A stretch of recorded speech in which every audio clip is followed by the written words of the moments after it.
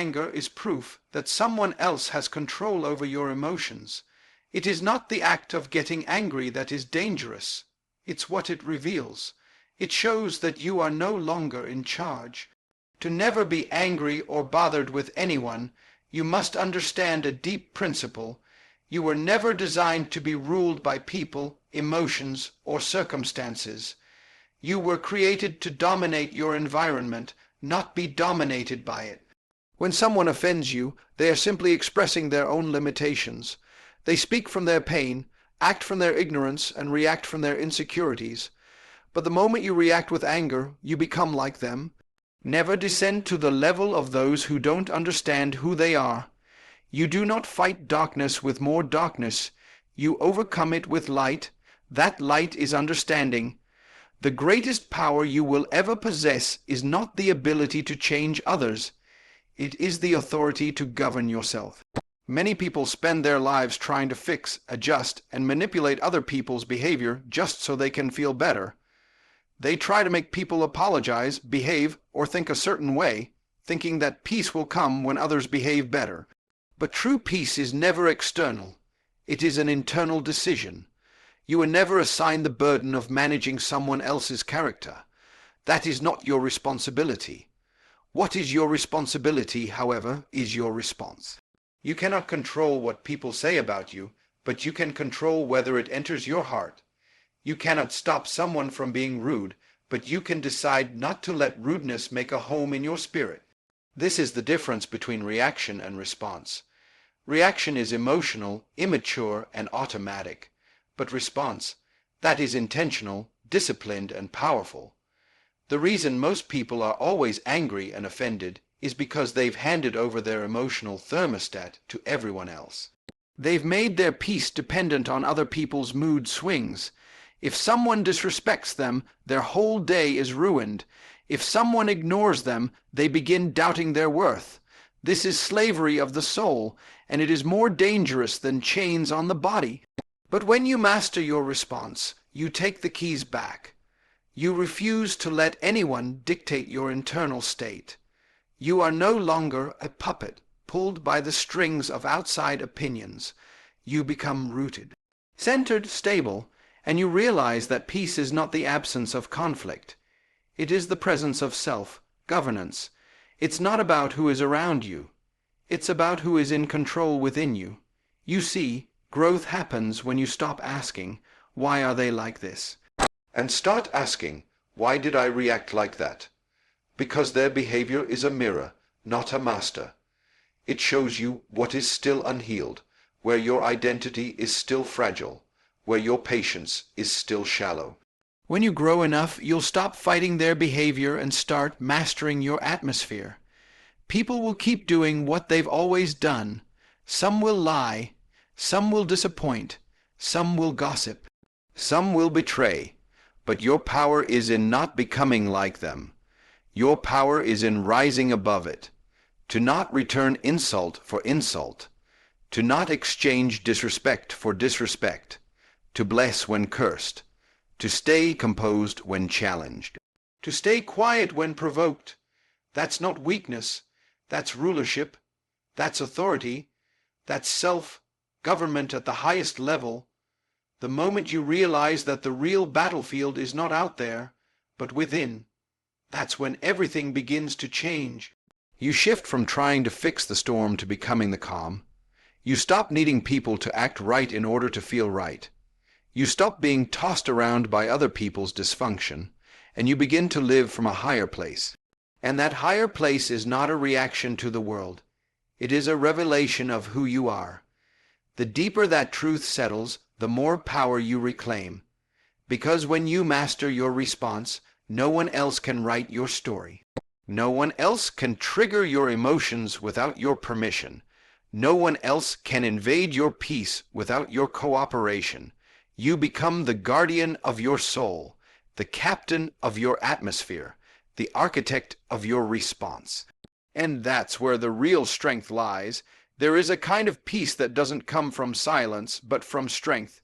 It is not dependent on the absence of noise, problems, or difficult people. This peace is not external. It is not the quiet in the room. It is the calm within you. It is not tied to your bank account, your reputation, or who likes or dislikes you. This peace is a fortress built within your soul, unshaken, undisturbed, and untouched by the chaos outside. Most people live life upside down. They chase peace in people, in circumstances, in approval, in things.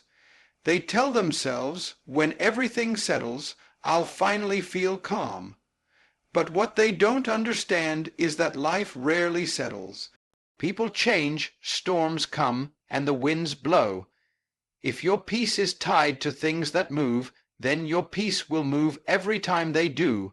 You'll live as a slave to the instability around you. But there is a higher way. Peace is not something you find. It is something you cultivate. It grows inside of you when you begin to understand who you are and where your authority comes from. Peace is a revelation. It is the awareness that no matter what happens around you, it doesn't have permission to enter within you. Because you have already made a decision, your peace is not for sale. This kind of peace is not fragile. It is not emotional. It is not momentary.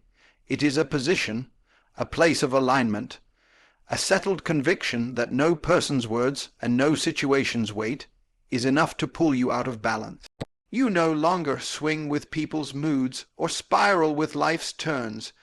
You carry stillness like a mantle, and when others lose control, they come to you to find it. This is what makes peace powerful. It is not passive, it dominates. It governs your thoughts. It filters your emotions. It gives you discernment in storms. It helps you speak softly when you could scream. It reminds you who you are when others forget who they are. Peace is not weakness. Peace is power that doesn't need to shout. Power that doesn't need to prove. Power that's not intimidated by noise because it knows its source. You cannot buy this kind of peace. You cannot beg for it. You cannot borrow it. You build it daily through silence, through awareness, through discipline. You build it by choosing not to engage every argument, by walking away when your pride tells you to fight, by breathing when your ego wants to react. You build it every time you say, I choose my peace over this problem. Because peace is not about who wins the argument. It's about who refuses to lose themselves in it. And when you carry peace inside you, you change every room you walk into. You don't adapt to the chaos. You neutralize it. You don't feed the fire. You absorb it, not because you're passive, but because you're powerful. And the most powerful people are not the loudest. They are the most stable. So protect your peace. Guard it like treasure. Build it like a fortress. Because once you understand its power, you'll never let it be disturbed again. If you want to live free from constant irritation, offense, and disappointment, you must learn this eternal truth. People do not act based on who you are. They act based on who they are.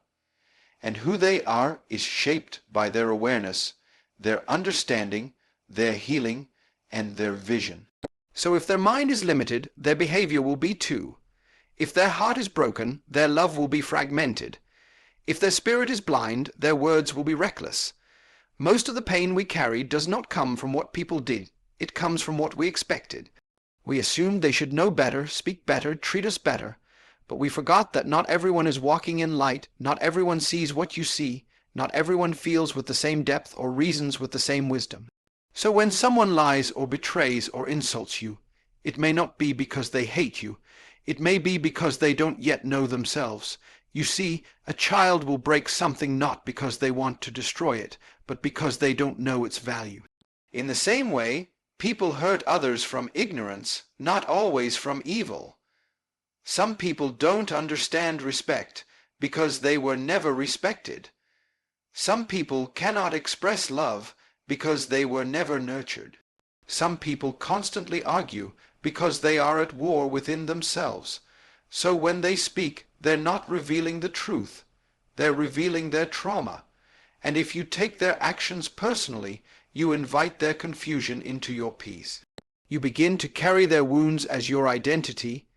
You begin to define yourself by the dysfunction of someone who doesn't even understand their own behavior. And this is the trap. You become angry at someone for acting at the only level of awareness they currently possess. That's like blaming a blind man for stepping on your foot. You can't. You must understand where they are, and choose to stay where you are. When you grow in awareness, you stop expecting fruit from seeds that were never planted. You stop looking for depth in shallow places. You stop needing apology from those who can't even admit truth to themselves. You start to accept what people are able to give, and you stop resenting what they cannot. This doesn't make you weak. It makes you wise, and wisdom is the beginning of emotional freedom. This is why forgiveness becomes easy when you recognize someone's capacity. You realize they didn't fall short of your expectations. They simply lived out the limits of their awareness.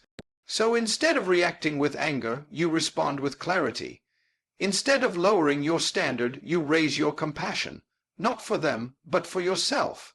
Because anger keeps you tied to their level, but understanding lifts you higher. When you look at people through the lens of awareness, you no longer see enemies. You see souls on a journey. Some are still asleep. Some are still wounded. Some are still blind. You stop judging their behavior, and you start discerning its source.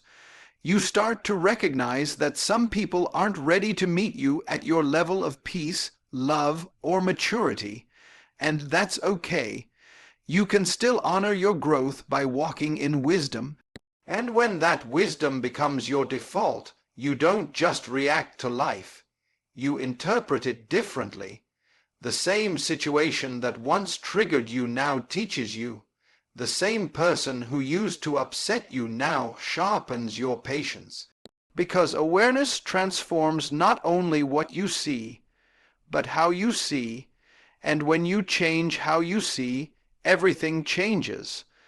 One of the greatest misconceptions about peace is the belief that you must disconnect from people to protect your soul. But true detachment is not the act of pushing people away. It is the decision to release your dependency on their behavior. It is not about emotional coldness.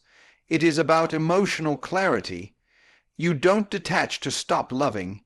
You detach so your love is no longer chained to expectation or control. Detachment says, I can care about you without needing you to be any certain way for me to be whole. It is the freedom to remain present without being possessed.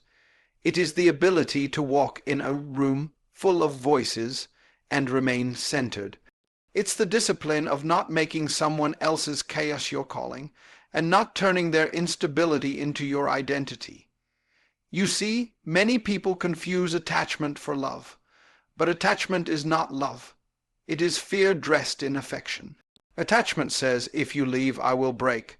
Love says, even if you leave, I will remain whole. Attachment leads to control, jealousy, anxiety, and overthinking. Detachment leads to peace, acceptance, grace, and maturity. And the difference is not how much you care, it's how much you cling. You can't fully love anything you are afraid to lose, because fear contaminates love. It turns it into possession. It turns it into pressure. It turns it into performance. But when you detach, you begin to see people clearly, not through your needs, not through your wounds, but through truth. You stop trying to mold them into your idea of peace, and you let them be who they are, even if that means they can't walk with you anymore. This is not bitterness, this is liberation. You are no longer emotionally handcuffed to outcomes. You stop bargaining with your worth in relationships. You stop making your mood the hostage of someone else's decision. Because once you detach, you take your power back. And with that power comes peace, and understand this. You can detach and still be compassionate. You can detach and still listen. You can detach and still serve. What you no longer do is sacrifice your mental clarity, your emotional energy, and your spiritual alignment just to keep people close. That is not loyalty. That is self-abandonment. Detachment doesn't build walls. It builds wisdom. It teaches you to love deeply but hold lightly. It teaches you that the people who are meant for your journey won't need to be held onto. They'll walk beside you by choice, and those who leave, you bless them, not because you're indifferent, but because you are free. Free to let people grow or not. Free to speak truth without needing agreement. Free to remain kind without being controlled. Because when your peace comes from within, you no longer negotiate it for anything that comes from outside. And that kind of freedom changes everything. It changes how you speak, how you love, how you respond, how you lead, because you are no longer living attached to validation, control, or outcomes. You are living from truth, and truth never clings. It flows. One of the most misunderstood traits in this world is self-control. Many see it as suppression, something stiff, passive, or even weak. But real control is not about holding back out of fear. It is about standing firm in wisdom. Control is not the absence of emotion. It is the leadership of emotion. It is the choice to govern yourself in a world that constantly tries to pull you into reaction. Anyone can explode. Anyone can lash out. That requires no strength, only triggers. But to feel the fire rise inside you and choose stillness, that is mastery. That is what separates the reactive from the refined, the immature from the matured. The more you grow in purpose, the more you realize that power is not in how loudly you speak, it's in how deeply you think before you speak. You see, control is not about denying your emotions. It's about directing them. Anger, frustration, even sadness are not evil in themselves. They are messengers, but a mature spirit learns how to listen to those messengers without letting them take the steering wheel. You don't let a moment of emotion destroy a lifetime of character. You don't let a single offense plant a forest of resentment. You feel, but you don't fall. People will provoke you. Life will test you. And the world will try to convince you that strength is shown in retaliation. But the highest level of strength is not revenge, it's restraint. It's the ability to pause, reflect, and choose what protects your peace instead of what feeds your ego. This is why self-control is not weakness, it's wisdom in motion. It's being fully aware of your ability to react, yet choosing not to. It's being able to correct someone with silence instead of shouting. It's knowing you could win the argument, but losing the need to win it. Because you've already won when you didn't lose yourself in the process. There is a reason why kings and leaders throughout history were measured by their ability to rule themselves before they ruled others. You cannot lead a household, a relationship, a business, or even a conversation if you are led by every wave of feeling. Emotions are real, but they are not always right. And maturity is knowing which ones to honor and which ones to surrender. And here's a deeper truth. What you can control, you don't fear. The reason many are afraid of conflict, rejection, disrespect, or betrayal is because they have not yet learned to control their response to it. But when you reach the place where your mood is no longer at the mercy of external chaos, you become unshakable. Not because the storm doesn't come, but because you've learned how to anchor your spirit. Control is not for show. It's for strength. It is the gentle, silent force that protects your peace, your power, and your purpose. And once you taste the freedom of self-governance, you will never again be impressed by people who are merely loud, aggressive, or impulsive. You will begin to see true leadership in stillness, true greatness in calm, true confidence in the ones who no longer need to prove anything to anyone, because the one who controls himself commands the room, leads the moment, and lives above the noise. You are not designed to be led by emotions. You are designed to lead them. Emotions are real, yes. They are powerful, yes. But they are not kings. They are servants, tools, messengers, indicators, not dictators. When you allow your emotions to sit on the throne of your decisions, your peace, your identity, you place your life in the hands of a storm. Emotions were given to enrich your journey, not to rule your destiny. Anger, sadness, fear, even joy, they are part of your humanity, but they are not the captain of your soul. And when you let them take the wheel, they will drive you into chaos. That's why so many live in cycles they can't break, not because they lack opportunity, but because they obey every emotion that rises. You must understand, you were created with spirit, with reason, with vision. Your emotions are passengers. They are not your compass. They are temporary waves, but you are anchored in truth. When you live by emotion, you will always live in reaction. But when you live by principle, you begin to live in purpose. Look around. How many relationships have been destroyed not because of truth, but because of unchecked emotion? How many doors closed because of a moment of rage? How many opportunities were missed because someone followed fear instead of faith? How many lives delayed because they were waiting to feel, ready instead of moving in discipline? This is what emotion does when left ungoverned. It turns feelings into facts. It magnifies offense, exaggerates failure, and whispers lies to the soul. It will tell you that you are not enough, not loved, not seen. But the mature spirit knows how to feel the emotion without becoming the emotion. It knows how to pause, pray, breathe, listen, reflect, and then act. That's not suppression, that's stewardship. You don't deny your emotions. You discern them, you honor them, but you do not obey them. You give them a voice, but not a vote. Because the moment emotion becomes your master, your identity becomes unstable. You start speaking from pain, reacting from fear, moving from pride, and everything becomes fragile. Relationships, progress, vision. Why? Because your foundation is shifting with every mood. But there's a higher way. There's a way where peace rules, not panic, where clarity speaks louder than confusion, where purpose silences insecurity, and that way begins with a decision. I will no longer be ruled by what I feel, but by what I know is true.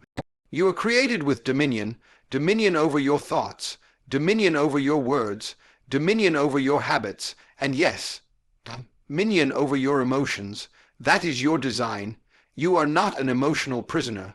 You are a spiritual governor. And when your emotions try to rise, you remind them, you are here to serve me, not to lead me. And from that place of authority, everything begins to shift. Your decisions become clearer. Your relationships grow deeper. Your battles become fewer, not because there is no conflict, but because you are no longer controlled by every internal storm. You move with power, not panic, with conviction, not confusion, with purpose, not impulse. Because you finally understand, you were never created to be led by what is temporary. You were created to be anchored in what is eternal. So now you see anger is not a problem to be managed, it is a signal to be understood.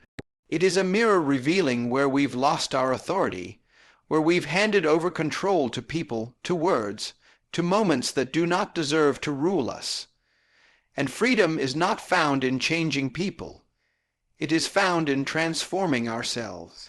The person who is not easily angered is not passive. They are powerful, not because they've silenced their emotions, but because they've learned to govern them. They have discovered that peace is not the result of perfect people. It's the result of personal discipline. They know that real growth is when you can look at the same offense that once triggered you and smile, walk away, bless it, rise above it, because now it no longer owns you. You no longer chase apologies. You no longer need to be understood. You no longer crumble when others fail to meet your expectations, because now you live from the inside out. You respond from purpose, not pain. You speak from wisdom, not wounds. And your peace has become your power. Let others be loud. Let them be angry. Let them misunderstand you. But you remain still, remain clear, remain anchored, because you know who you are, and that truth has become your foundation. You were never created to be a slave to reactions.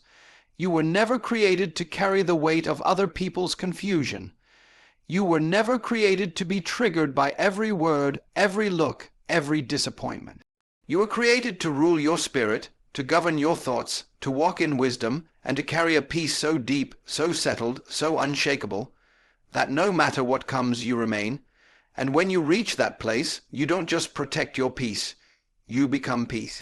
In your home, in your conversations, in your leadership, in your life, you become the example of what it means to live above offense, above anger, above emotional slavery. And through that, you will inspire others not by what you say, but by what you carry.